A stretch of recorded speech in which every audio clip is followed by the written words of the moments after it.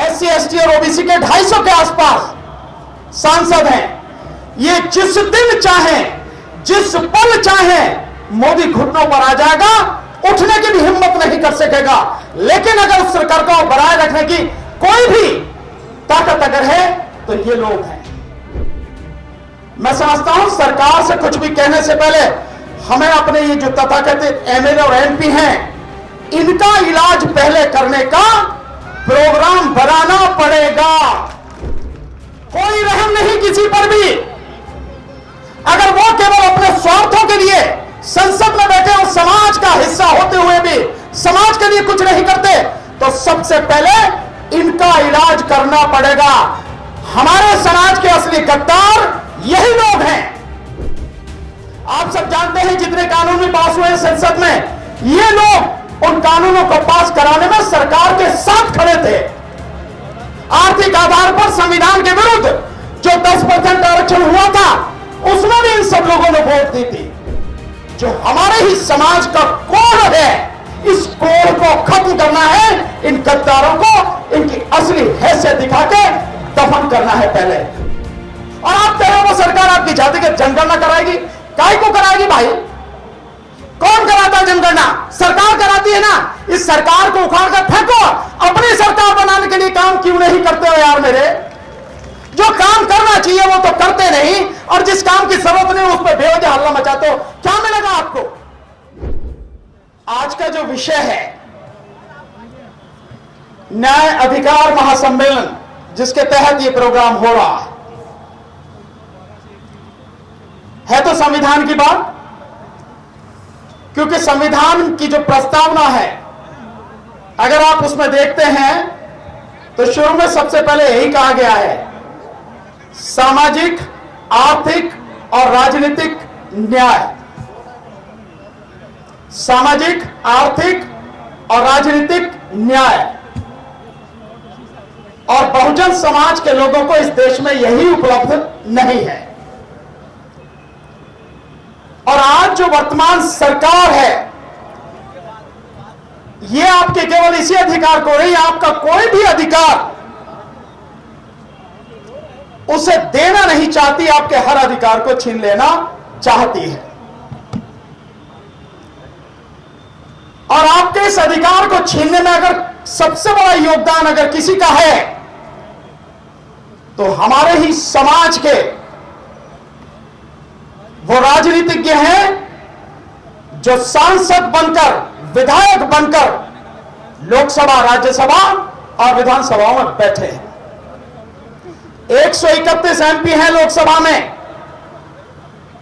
SC और ST के, और OBC सारे मिला के तकरीबन 250 के आसपास, SC ST और OBC के 250 के आसपास सांसद हैं। ये जिस दिन चाहे, जिस पल चाहे मोदी घुटनों पर आ जाएगा, उठने की भी हिम्मत नहीं कर सकेगा। लेकिन अगर उस सरकार को बनाए रखने की कोई भी ताकत अगर है तो ये लोग हैं। मैं समझता हूं सरकार से कुछ भी कहने से पहले हमें अपने ये जो तथाकथित MLA और MP हैं, इनका इलाज पहले करने का प्रोग्राम बनाना पड़ेगा। कोई रहम नहीं किसी पर भी। अगर वो केवल अपने स्वार्थों के लिए संसद में बैठे और समाज का हिस्सा होते हुए भी समाज के लिए कुछ नहीं करते, तो सबसे पहले इनका इलाज करना पड़ेगा। हमारे समाज के असली गद्दार यही लोग हैं। केवल एक नाम लेने की बात नहीं है कि किसी का नाम लो, आप सारे के सारे उसी कैटेगरी में है। सब इनका काम पहले ठीक करना पड़ेगा। आप सब जानते हैं जितने कानून भी पास हुए संसद में, ये लोग उन कानूनों को पास कराने में सरकार के साथ खड़े थे। आर्थिक आधार पर संविधान के विरुद्ध जो 10% आरक्षण हुआ था, उसमें भी इन सब लोगों ने वोट दी थी। तो हमारे लिए दूसरा जो है समझते हैं, लेकिन उससे पहले हमारे लिए सबसे बड़ी जिम्मेदारी है जो हमारे ही समाज का कोड है, इस कोड को खत्म करना है। इन गद्दारों को इनकी असली हैसियत दिखा के दफन करना है पहले। अगर आप ये नहीं कर सकते और कहेंगे कि कोई मेरा चाचा है, मेरा ताऊ है, मेरा भाई है, मेरी बिरादरी का है, मेरे इसके होने से मुझे ये मिल जाता है, इसके होने से ये लाभ मिलता है। आप कुछ नहीं कर पाएंगे, कुछ भी नहीं। आपको ध्यान है जिस समय पुणे पैक्ट के बाद में 1935 के जो कानून बना, उसके बाद जो चुनाव हुए, और उस चुनाव में जिस तरह से कांग्रेस पार्टी में अपने ही समाज के लोग बड़ी संख्या में जीत कर आए थे, और उसके बाद जो उन्होंने काम किया कि जिस पार्टी के थे उसके बदवा मजदूर बनते ही वो रह गए, तभी बाबा साहब ने कहा था कि बेशक ये मेरे समाज के लोग हैं, लेकिन समाज के नहीं है, ये किसी काम के नहीं। हमारी सबसे बड़ी दिक्कत ये है। दूसरी बात साथियों, आपके जितने भी मुद्दे हैं, ये प्रोग्राम जो भी साथी ऑर्गेनाइज कर रहे हैं, उन्होंने जितने भी मुद्दे रखे हैं, हकीकत में वो मुद्दे हम सबके जुड़े हुए मुद्दे हैं। मैं उन सब मुद्दों से सहमत हूं। मेरी असहमति इस बात से है, ये मांगना आप कब छोड़ोगे भाई? ये आपके सरकार जातिगत जनगणना कराए, क्यों कराएगी सरकार जातिगत जनगणना? क्या है आपकी हैसियत उसकी नजर में? जो सरकार आपके सारे अधिकार छीन के बैठी है, जो सरकार आपको पूरी तरह से दफन कर देना चाहती है, ओबीसी की आबादी इस देश में 52%, मंडल आयोग के हिसाब से उसको आरक्षण दिया 27%, और उसमें भी आज की तारीख में जो आरक्षण है वो आरक्षण 9% है, जो भरा हुआ एक्चुअल में है। और आप कह रहे हो वो सरकार आपकी जातिगत जनगणना कराएगी? काय को कराएगी भाई? कौन कराता है जनगणना? सरकार कराती है ना। इस सरकार को उखाड़ कर फेंको, अपनी सरकार बनाने के लिए काम क्यों नहीं करते हो यार मेरे? जो काम करना चाहिए वो तो करते नहीं, और जिस काम की जरूरत नहीं उस पर बेवजह हल्ला मचाते हो। क्या मिलेगा आपको? कोई आपको देने वाला नहीं है। आप समझ रहे हैं, जब हिंदू राष्ट्र की बात हो रही है और उसके लिए वो लगातार काम कर रहे हैं, विपक्ष को पूरी तरह से तबाह किया जा रहा है, हर आदमी का अधिकार छीने जा रहे हैं, आपका रिजर्वेशन बिना किसी कानून का उन्होंने खत्म कर दिया, और सुप्रीम कोर्ट भी उनके साथ में कंधे से कंधा मिलाकर खड़ी है, तब आप क्या करोगे भाई? न सरकार आपकी, न अदालत आपकी, न कहीं आपका प्रतिनिधित्व, और फिर भी आप कह रहे हो कि आपके लिए काम कर दे। कोई नहीं करेगा। इस बात को समझो। जब तक आप उन चीजों को नहीं समझोगे जहां से खड़े होकर आपको काम करना है, या यूं कहो कि अगर अपनी जमीन का आपको पता नहीं है, तो फिर कैसे आप समाज की लड़ाई लड़ोगे? कैसे आप समाज को उसका हक दिलाओगे? नहीं दिला पाओगे। इसलिए इस चीज को समझो। और मैं बार बार हर मुझसे कहता हूं, चाहे कोई पसंद करे या ना करे, किसी को अच्छा लगे या ना लगे, इस बात की मुझे परवाह नहीं है, लेकिन मैं जानता हूं अगर 2024 को लेके, और इसमें केवल 1 साल रह गया है, 2024 के चुनाव को लेके हम सबने, बहुजन समाज ने, मैं केवल नेताओं की बात नहीं कर रहा जो राजनीतिक दल में है, मैं उन संगठनों की बात नहीं कर रहा जो सामाजिक संगठन है, मैं उस पूरी जनता की, पूरे बहुजन समाज की बात कर रहा हूं। अगर आपने 2024 को लेकर, 2024 के लोकसभा चुनाव को लेकर रणनीति नहीं बनाई, उस पर काम नहीं किया, तो उसके बाद तुम्हें कुछ करने के लिए बचेगा भी नहीं। ध्यान रख लेना इस बात को। इसलिए हमारी सारी कवायद इस बात पर होनी चाहिए, यह आपातकाल से भी भयानक आपातकाल की स्थिति है साथियों। मैं किसी को डराने की कोशिश नहीं कर रहा, लेकिन जो सच है वो आपके सामने रखने का प्रयास कर रहा हूं। मैं निश्चित रूप से आभारी हूं और धन्यवाद देता हूं उन सभी संगठनों का जिन्होंने इस प्रोग्राम का आयोजन किया है, और इस प्रोग्राम का जो मैसेज भेजा जा रहा है वो मैसेज ये है कि जो जिंदा लोगों का महासम्मेलन, जिंदा लोगों का, तो नजर घुमा के चारों तरफ देख लो कितने जिंदा हैं और बाकी कितने मुर्दा हैं, इसका अंदाजा भी लगा लो, आप देख लो।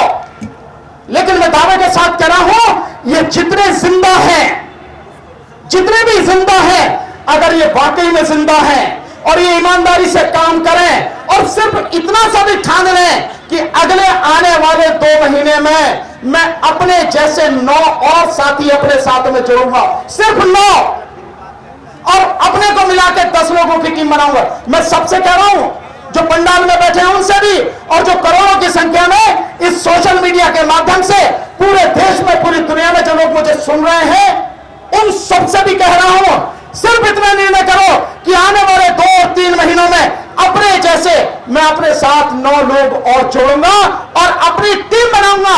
अकेला नहीं चलूंगा कहीं भी, जाऊंगा तो अपनी टीम के साथ में जाऊंगा और उस टीम को इतनी मजबूती से उसे सारी उसके अंदर वो भावना भरूंगा ताकि 2024 में ये जो गंदगी पार्लियामेंट में है इस पूरी गंदगी का सफाया करे।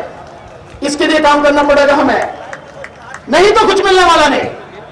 और रही बात तो साथियों, चुनाव आपकी जरूरत नहीं है। चुनाव के लिए कोई समझता हो कि मोदी को वोटों की जरूरत है, ना वोटों की जरूरत है, उसका इंतजाम उसके पास में ईवीएम के माध्यम से। जनता की जरूरत नहीं है उसको, जनता की कोई उसे जरूरत ही नहीं है और इसीलिए जनता से लेना देना नहीं, जनता की सुख दुख से लेना देना नहीं है। उसके पास ईवीएम है और ईवीएम के साथ साथ चुनाव आयोग जो उसकी गुलामी करता है और शासन प्रशासन में बैठे हुए एसएसपी, एसपी, कलेक्टर जो उसकी गुलामी पर उसका हुक्म बजाते हैं और उसके लिए बीजेपी के हारे हुए कैंडिडेट को जीता हुआ डिक्लेयर करते हैं, वो सब है उसके पास में। आपके पास में क्या, आप क्या कर रहे हो? आपको करने की जरूरत है, आपको समझने की जरूरत है।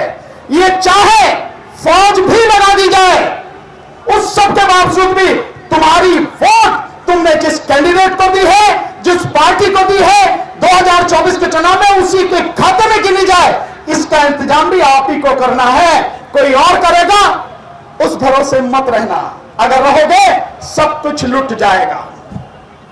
समय कम है और भी साथियों को बोलना है और मैं तो आपके सामने बोलता ही रहता हूं और केवल बोल नहीं रहा, हम जमीन पर काम कर रहे हैं। आजकल में हमने दिल्ली को टारगेट किया। इस मंच से मैं साथियों से अनुमति लेते हुए दिल्ली में जो लोग रहते हैं उनसे निवेदन कर रहा हूं, जो भी इस बात को सुन रहे हो, और दिल्ली के बाहर भी जो लोग हो उनसे भी ये निवेदन कर रहा हूं। हम लोग दिल्ली में काम कर रहे हैं और दिल्ली में 2024 को लेकर लगातार कोर्ट करने के बाद में 4 बजे निकल जाते हैं घर से और जमीन पर काम करते हैं, गली गली मोहल्ले मोहल्ले जाके उसी तरह से काम करें। तब कह रहे हैं आपसे, केवल हवा में नहीं। तो सारे लोग आइए हमारे साथ, कदम से कदम मिलाकर चलिए हमारे साथ। और जो दिल्ली से बाहर के लोग हैं, उनके जो रिश्तेदार हैं, उनके दोस्त हैं, जानने पहचानने वाले हैं, सबको कहिए मेरे से संपर्क करें ताकि कम से कम दिल्ली से इस गंदगी का सफाया हम लोग कर सके। यही काम हमें करना पड़ेगा साथियों। लड़ाई हमारी बहुत बड़ी है, पर मैं मानता हूं दूसरे की तरफ उंगली उठाने से पहले देखिए मेरे हाथ को, अगर मैं आपकी तरफ उंगली उठा रहा हूं तो ये 3 उंगलियां मेरी तरफ हैं। इसका मतलब दूसरे पर उंगली उठाने से पहले 3 गुना काम मुझे अपने अंदर करना पड़ेगा। और ये काम माननीय साहब काशीराम जी ने किया, उसके बाद हम आज तक यहां तक पहुंचे। और एक निवेदन, सिर्फ एक छोटी सी सलाह, जो भी साथी हैं जिन्होंने प्रोग्राम किया है, आज के बाद जब तक दिल्ली को पूरी तरह से जाम ना कर दो, सील ना कर दो, उस स्थिति में ना पहुंच जाओ, मेरी सलाह है, मानो ना मानो आपकी बात, दिल्ली में कोई प्रोग्राम मत करना। ऐसा प्रोग्राम तो करना, लेकिन कॉर्नर मीटिंग करो। जो खास खास लोग हैं उनको बुलाकर किसी ऐसी जगह पे वहां बैठकर रणनीति बनाओ, उनके कंधे पर जिम्मेदारी दो, आपको यह काम करना है। ये लोकसभा आपको संभालनी, ये विधानसभा आपको संभालनी है, ये मोहल्ला संभालना है, ये गांव संभालना है, ये शहर संभालना है, ये तहसील आपको देखनी है, ये ब्लॉक आपको देखना है। जिम्मेदारी दो साथियों, हम तैयार हैं इस बात के लिए। जो भी जिम्मेदारी हमारे कंधों पर सौंपी जाएगी, पूरी ईमानदारी से, पूरी निष्ठा से, पूरी ताकत से निभाएंगे और आपको पूरी तरह से उसे सफल करके दिखाएंगे साथियों। ये काम करो। और जब हम इस बात से सहमत हो जाएं कि अब जब हम कॉल देंगे तो पूरी दिल्ली जाम हो जाएगी, सील हो जाएगी, प्रधानमंत्री भी कहीं आना जा सके, ऐसा हम सील करने की स्थिति में हो, तब ये प्रोग्राम करना। वो अकेला एक प्रोग्राम इन सब की चूल्हे हिला देगा। बहुत बहुत शुक्रिया, मेरा टाइम खत्म हो गया।